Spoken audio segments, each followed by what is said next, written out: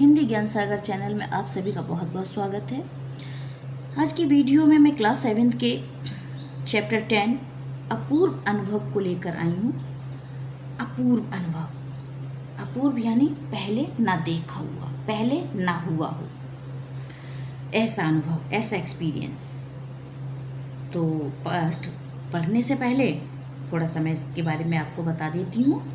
ये कहानी वैसे तो जापानी भाषा में लिखी गई है, जिसमें तोमोए एक शहर है। मैं पढ़ने वाली तोत्तो-चान एक लड़के का नाम है, तोत्तो-चान एक लड़की का नाम है, और तथा यासुकी-चान वो एक लड़के का नाम है।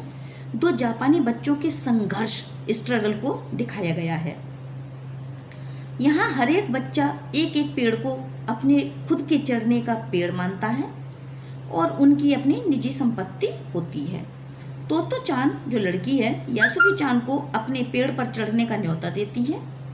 यासुकी-चान को पोलियो हो गया था, जिसके कारण वह पेड़ पर नहीं चढ़ सकता था। तो ये कहानी दो बच्चों के संघर्ष की कहानी है। आइए अब पढ़ते हैं। अपूर्व अनुभव। सभागार में शिविर लगने के 2 दिन बाद तोत्तो-चान के लिए एक बड़ा साहस करने का दिन आया। साहस कहते हैं हिम्मत के लिए। इस दिन उसे यासुकी-चान से मिलना था। इस भेद का, इस रहस्य का पता ना तो तोत्तो-चान के माता पिता को था, ना ही यासुकी-चान के उसने यासुकी-चान को अपने पेड़ पर चढ़ने का न्योता दिया था। जो तोत्तो-चान जो लड़की है, उसके पास एक पेड़ है और जो सभागार है वहाँ पर एक मीटिंग हुई है, जहाँ पर सभा होती है, मीटिंग होती है। तो वहाँ पर कैंप लगाए गए थे। तो वहाँ पर एक फैसला किया है तोत्तो-चान ने, और उस दिन उसे किससे मिला? यासुकी-चान से। और इस रहस्य का पता ना तो तोत्तो-चान के माता पिता को है और ना ही यासुकी-चान के, क्योंकि यासुकी-चान को पोलियो है और वह पेड़ पर नहीं चढ़ सकता है। फिर भी तोत्तो-चान ने ठान लिया है कि वो अपने पेड़ पर यासुकी-चान को चढ़ाकर रहेगी। चढ़ने का न्योता दिया था, इनवाइट किया है, आमंत्रित किया है। तोमोए में हर एक बच्चा बाग के एक एक पेड़ को अपने खुद के चढ़ने का पेड़ मानता था। ये तोमोए एक शहर है, वहाँ पर बाग में पेड़ है जिसे बच्चे अपना अपना एक पेड़ मानते हैं। तोत्तो-चान का पेड़ मैदान के बाहरी हिस्से में कुहोन-वुत्सु जाने वाली सड़क के पास था। बड़ा सा पेड़ था उसका। चढ़ने जाओ तो पैर फिसल जाते, पर ठीक से चढ़ने पर जमीन से कोई 6 फुट की ऊंचाई पर एक द्विशाखा तक पहुंचा जा सकता था। द्विशाखा यानी 2 शाखाएं। बिल्कुल किसी झूले सी आरामदेह जगह थी। तोत्तो-चान अक्सर खाने की छुट्टी के समय या स्कूल के बाद ऊपर चढ़ी मिलती। वहां से वह सामने दूर तक ऊपर आकाश को या नीचे सड़क पर चलते लोगों को देखा करती। बच्चे अपने अपने पेड़ को निजी संपत्ति मानते थे। किसी दूसरे के पेड़ पर चढ़ना हो तो उससे पहले पूरी शिष्टता से माफ़ कीजिए, क्या मैं अंदर आ जाऊं, पूछना पड़ता था। जैसे क्लास में, कक्षा में आना पड़ता है, वो एक तरीके से अपना रूम मानते थे उस पेड़ के लिए। यासुकी-चान को पोलियो था, इसलिए वह ना किसी पेड़ पर चढ़ पाता था और ना किसी पेड़ को निजी संपत्ति मानता। भाई वो पैरों से लाचार था, तो वो ना तो पेड़ पर चढ़ ही पाता था, तो इसलिए वो किसी भी पेड़ को अपनी संपत्ति नहीं मानता था। अतः तोत्तो-चान ने उसे अपने पेड़ पर आमंत्रित किया था, पर यह बात उन्होंने किसी से नहीं कही, क्योंकि अगर बड़े सुनते तो जरूर डांटते। यानी कि भाई एक बच्चे जिसके पैर खराब है वो कैसे पेड़ पर चढ़ लेगा। तो अगर ये वाली बात सुनी जाती तो उनकी डांट पड़ती। तो इसलिए तोत्तो-चान ने ये किसी को नहीं बताया। लेकिन वो जानती थी कि मैं भी एक बच्चा हूँ और यासुकी-चान भी बच्चा है, उसका भी दिल करता होगा पेड़ पर चढ़ने के लिए। तो वो उसकी भावना को समझ के, उसके हृदय की भावना को, दिल की भावना को समझकर वो चाहती है कि उसे भी पेड़ पर एक बार चढ़ाकर दिखाया जाए कि कितना आनंद आता है पेड़ पर। घर से निकलते समय तोत्तो-चान ने माँ से कहा कि वह यासुकी-चान के घर डेनेन-चोफू जा रही है, क्योंकि वो झूठ बोल रही थी। इसलिए उसने माँ की आंखों में नहीं झांका। भाई माँ तो बच्चों की हर बात को समझ लेती है कि बच्चा क्या कह रहा है, झूठ बोला सच बोला। अब चूँकि झूठ बोल रही थी तो इसलिए उसने अपनी माँ की आंखों में नहीं झांका, वरना माँ पकड़ लेती। वह अपने नज़रों की फीतों पर ही गड़ाई रही। रॉकी उसके पीछे पीछे स्टेशन तक आया। जाने से पहले उसे सच बताए बिना तोत्तो-चान से रहा नहीं गया। मैं यासुकी-चान को अपने पेड़ पर चढ़ने देने वाली हूँ, उसने बताया।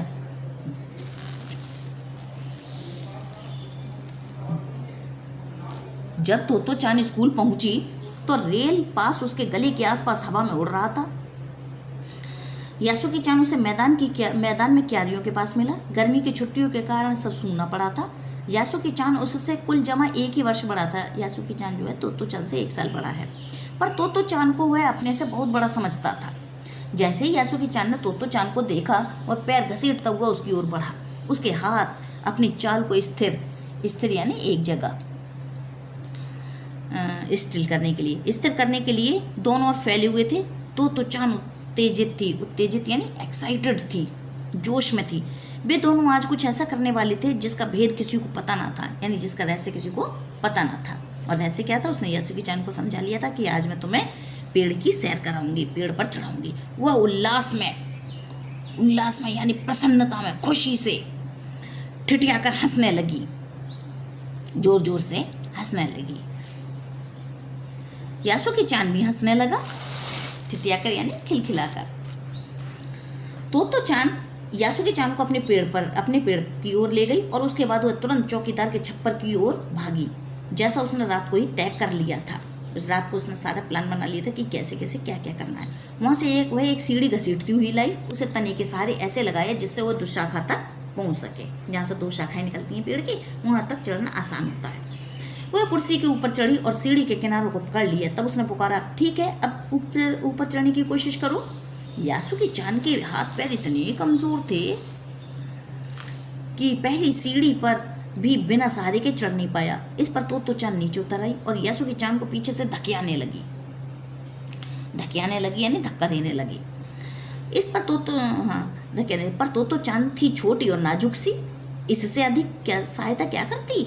यासुकी चान ने अपना पैर सीढ़ी पर से हटा लिया और हताशा से सिर झुकाकर खड़ा हो गया। तोतो चान को पहली बार लगा कि यह काम उतना आसान नहीं है जितना वो सोचे बैठी थी। अब क्या करे हुए? यासुकी चान उसके पेड़ पर चढ़े, ये उसकी हार्दिक इच्छा थी, यानी उसके दिल की बड़ी इच्छा थी कि वह अपने पेड़ पर यासुकी चान को, अपने दोस्त को चढ़ाए। यासुकी चान में भी उत्साह था। वह उसके सामने गई। उसका लटका चेहरा इतना उदास था कि तोतो चान को उसे हंसाने के लिए गाल फुलाकर तरह तरह के चेहरे बनाने पड़े, क्योंकि बहुत उदास था। और तोतो चान अच्छे दिल की बच्ची है, वो चाहती है कि सब प्रसन्न रहें, सब खुश रहें, तो वो यासुकी चान खुश कर रही है। ठहरो, एक बात सूझिए। फिर वह चौकीदार के छप्पर की ओर दौड़ी और हर एक चीज उलट पुलट कर, छप्पर कहते हैं झोपड़ी के ऊपर की छत, देखने लगी। आखिर उसे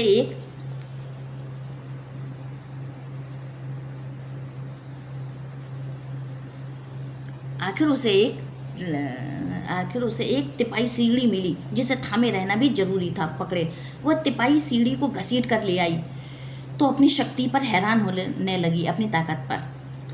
तिपाई की ऊपरी सीढ़ी द्विशाखा तक पहुंच रही थी। देखो, अब डरना मत, उसने बड़ी बहन की सी आवाज में कहा। ये डगमगाएगी नहीं, यानी ये हिलेगी नहीं। यासुकी चान ने घबरा कर तिपाई सीढ़ी और पसीने से तरबतर तोतो चान की ओर देखा, यानी भीगी हुई थी पसीने से, उसे भी काफी पसीना आ रहा था। उसने पेड़ की ओर देखा और तब निश्चय के साथ पांव उठाकर पहली सीढ़ी पर रखा। उन दोनों को ये बिल्कुल भी पता न चला कि यासुकी चान को ऊपर तक चढ़ने में कितना समय यासुकी चान को ऊपर तक चढ़ने में लगा। सूरज का ताप यानी सूरज की गर्मी, धूप उन पर पड़ रहा था, पर दोनों का ध्यान यासुकी चान के ऊपर तक पहुंचने में रमा था। तोतो चान नीचे से उसका एक एक पैर सीढ़ी पर धरने में मदद कर रही थी। यासुकी चान, वह सिर से वह उसके पिछले हिस्से को भी स्थिर करती रही। यासुकी चान पूरी शक्ति के साथ जूझ रहा था और आखिर वह ऊपर पहुंच गया। हुर्रे! पर उसे अचानक सारी मेहनत बेकार लगने लगी। तोतो चान तो सीढ़ी पर से छलांग लगाकर दुशाखा पर पहुंच गई, पर यासुकी चान को सीढ़ी से पेड़ पर लाने की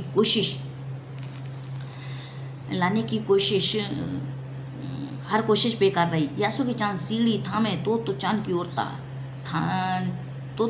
ताकने लगा। तोतो चान की रुलाई छूटने को हुई, उसने यानी रोने को हो गई, क्योंकि उसने इतना प्रयास किया। ये द्विशाखा है, इस तरीके से निकली हो, यहाँ पर बच्चे बैठ जाते हैं।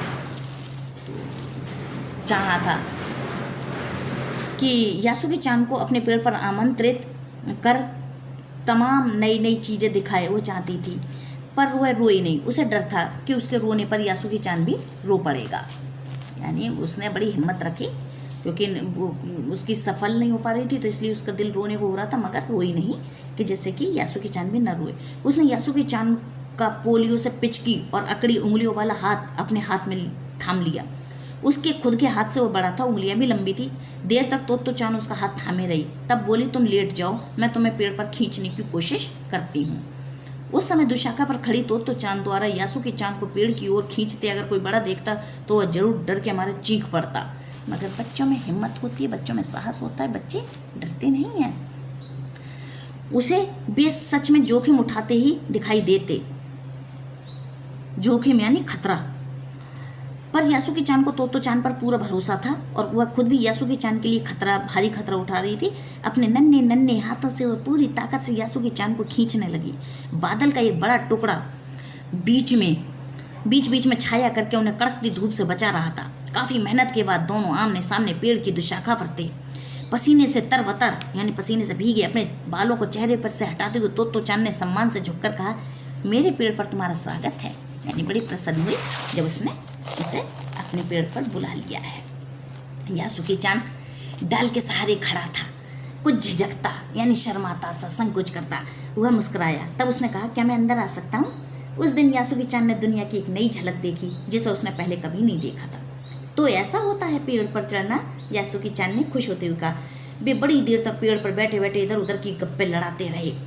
मेरी बहन अमेरिका में है, उसने बताया कि वहाँ एक चीज़ होती है, टेलीविज़न। यासुकी चान उमंग यानी खुशी से भरा हुआ बता रहा था। वह कहती है कि जब तक वो है जापान में आएगा तो हम घर बैठे बैठे ही सूमो कुश्ती देख सकेंगे। सूमो कुश्ती होती है जापानी पहलवानों की कुश्ती।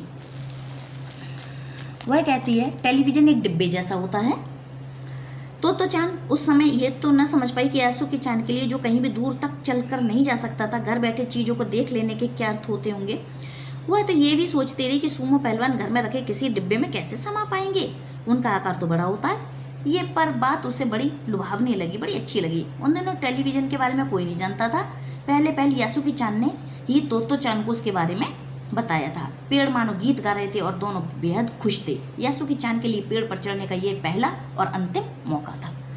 तो इस कहानी में दो बच्चों के संघर्ष, यासुकी चान और इनके बारे में बताई गई है। तो चान एक बच्ची है जैसा कि बताया ही गया है, और यासुकी चान पैर से लंगड़ा था, पोलियो था, वो चढ़ नहीं पाता था, कहीं भी ढंग से चल भी नहीं पाता, और पेड़ पर चढ़ना तो उसके लिए अपूर्व अनुभव था, कि ऐसा अनुभव जो उसने पहले कभी महसूस ही नहीं किया था। और आखिर में तो चान की मेहनत रंग लाई, उसने कोशिश की और यासुकी चान को भी पेड़ पर चढ़ाया, और तो उन्होंने फिर गप्पे लड़ाई। उन दिनों टेलीविज़न नहीं हुआ करते थे, तो उसका भाई जो अमेरिका में रहता है यासुकी चान का, तो उसने उसके बारे में, टेलीविज़न के बारे में बताया। तो चान इतना तो नहीं जानती थी, लेकिन उसे वो बातें बड़ी अच्छी लग रही थी, और दोनों बच्चे काफ़ी देर तक बैठकर बातें करते रहे। तो इस प्रकार ये कहानी समाप्त होती है। अगर आपको वीडियो अच्छी लगी है तो लाइक करें, शेयर करें और सब्सक्राइब का बटन दबाना ना भूलें।